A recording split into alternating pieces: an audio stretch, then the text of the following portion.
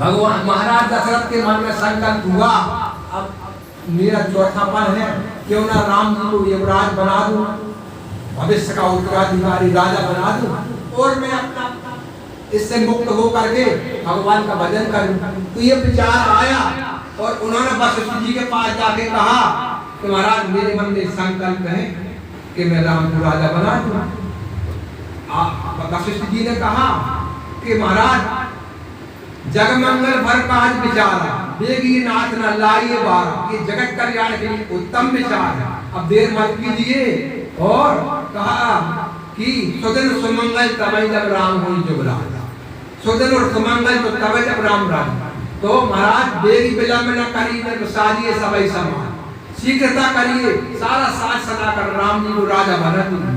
तो महाराज दशरथ की योजना थी कि कल राम का राज तिलक होना है, पर रात भर में घटनाक्रम बदल गया और महारानी कैकेयी को मंथरा ने बहका दिया और उसने बहकाने में आकर के महाराज दशरथ को फंसा लिया। दो वरदान मांग लिए जो पूर्व पहले से धरोहर के रूप में थे। तो कहा महाराज वो भवन में चली गई, रूठ गई। महाराज दशरथ ने मनाने का प्रयास किया तो उसने कहा कि महाराज मेरे दो वरदान आपके पास पड़े हैं, आपने आज तक नहीं दिए। बोले देव देव पे कहू पिए कमाऊ न देव न नेऊ, और देन कहू वरदान दो तेव पावत संदेव। महाराज दशरथ ने कहा महारानी झूठे हम दोष दे देऊ, दो के चार मान में हमें झूठा दोष, क्योंकि बिसर गए मोर भोर स्वभाव, मेरा भूलने वाला स्वभाव, मैं भूल गया, तुम दो के चार मांगो। तो कैकेयी ने कहा पहले आप राम की सौगंध खाओ, मैं मांगूंगी दो के। तो महाराज दशरथ ने कहा राम की सौगंध खाने पर। तो कैकेयी ने कहा कि सुनऊ प्राण प्रति भावत जी का, देव एक बार भाता टीका, वो मांगू दूसर बरकर जोड़ी पूर्वहु नाथ मनोरथ मुनि। पहला वरदान मांगा कि मेरे पुत्र भरत को अयोध्या का राज, और दूसरे वरदान के रूप में तापस वेश विशेष उदासी 14 वर्ष राम भर, तपस्वी के वेश में 14 वर्षों के लिए राम जी वन को चले जाए। तो महाराज दशरथ ने इसके स्पष्ट रूप से यद्यपि मुख से तो कुछ नहीं कहा राम जी को, परंतु वो मूर्ख सम आज्ञा थी और राम जी पिता की आज्ञा पालन करने के लिए खुशी खुशी सहस बंजारा स्वीकार कर लेते हैं। और राम जी जब वन को जाने लगे तो देवी सीता भी साथ में चल पड़ी, लक्ष्मण भी चल पड़े और राम जी वन को चले गए। तो भगवान श्री राम को जब वनवास दिया था, ये कोई शर्त नहीं थी कि राम जी पूर्व के जंगल में जाएंगे, पश्चिम के उत्तर की तरफ, केवल इतना कहा था 14 वर्ष राम वनवास, 14 वर्ष तक राम वन में रहे। पर भगवान राम ने स्वेच्छा से अपना कार्य क्षेत्र दंडकारण्य को चुना। दंडकारण्य दक्षिण भारत में जहाँ गोदावरी नदी है, कूट के आगे नासिक पंचवटी से लेकर जो बहुत बड़ा भूभाग है, जो सैकड़ों मीलों और योजनों तक फैला हुआ है, उसे दंडकारण्य कहते हैं। दंडक का वहाँ राज्य था। तो कहते हैं वहाँ राक्षसों ने महाराज दशरथ की कमजोरी का फायदा उठा के और रावण ने अभियान चलाया था, और रावण ने कहते हैं कि वहाँ भारत की सीमाओं को दबाना शुरू कर दिया। और रावण ने जो है दक्षिण भारत का भारत को जीतने के लिए दक्षिण से उत्तर की ओर जो अभियान चलाया, और उसने उस समय उसने पंचवटी में नासिक तक कब्जा कर लिया। पंचवटी में उसने एक 14,000 राक्षसों की एक ब्रिगेड, एक टुकड़ी, सैनिक टुकड़ी, जिसमें खारभूषण आदि थी, वहाँ रख दी। इसके बाद आगे एक अस्थायी उपनिवेश चौकी बना दी। आगे बक्सर में जहाँ विश्वामित्र जी का आश्रम, वहाँ तक कब्जा कर लिया था रावण ने।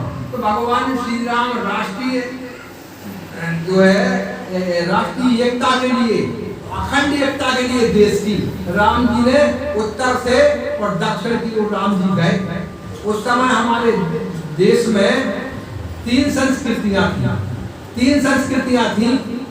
उत्तर भारत में देव संस्कृति थी, जिसे आर्य संस्कृति कहते हैं। देव संस्कृति माने वेद परंपरा को मानने वाले लोग, धर्म कर्म सदाचार से चलने वाले आचरणवान लोग, तो वो देव संस्कृति है। मध्य भारत में एक संस्कृति थी जिसका नाम था वानर संस्कृति। उसके मुखिया देव संस्कृति के संचालक देवराज इंद्र थे और इसके बाद महाराज दशरथ आदि थे। और बीच में एक वानर राज्य पड़ता था, वानर संस्कृति, जिसके चलाने वाले मुखिया बाली सुग्रीव थे। और दक्षिण में रक्ष संस्कृति थी, राक्षसों का कब्जा था। तो रावण ने जिस संस्कृति का निर्माण किया था वो रक्ष संस्कृति थी। और रावण कहता था कि हम हमारी बात मानो, वयम रक्षा मान, अगर तुम हमारी बात नहीं मानोगे तो हम तुम्हें दंड देंगे, सजा देंगे, मौत की सजा देंगे। तो उसने पूरे भारत पर कब्जा करने के लिए रावण ने दक्षिण से शुरू किया, पर उत्तर भारत तक जाना चाहता था, परंतु बीच में समस्या थी।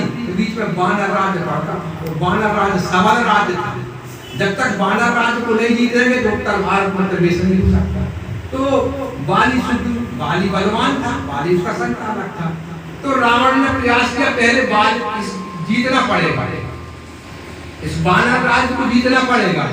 रावण ने विचार किया कि अगर मैं, रावण ने जो है खाद्य आपूर्ति बंद कर दी कि अगर खाद्य आपूर्ति बंद हो जाएगी उत्तर भारत के लोगों को तो ये भूखे प्यासे मरने लगेंगे, तो हमारे पास आएंगे। वानर संस्कृति के लोग, वानर आने बंदर नहीं, वन में रहने वाले ना, पिछड़े लोग, वनवासी, आदिवासी, वंचन पर थे मनुष्य। तो उस समय लोग उन्हें अछूत मानते थे, उनसे छुआछूत मानते थे। तो बोले वानर संस्कृति के लोगों से तो ये लोग आज लोग छूत मानते हैं, उनके पास तो जाएंगे नहीं, हमारे पास आएंगे। तो रावण कहता है कि भूख प्यास से पीड़ित होकर आएंगे तो क्षुधासीन बलहीन तो सहज में नहीं आए, तब मार हो कि छाड़ हो भली भांति अपनाए, तब मैं देख लूंगा कि ये पक्का है, धोखा नहीं करेगा, तो मैं मिला लूंगा और देखूंगा कि ये धोखा कर सकता है, उसकी गर्दन काट दूंगा। तो इस प्रकार से रावण ने वानर राज्य को जीतने के लिए पहले बाली को जीतना जरूरी था। तो बाली को मारने के लिए रावण ने उपाय किया, और जब उपाय किया तो उसने अपने बड़े साले मायावी को भेजा।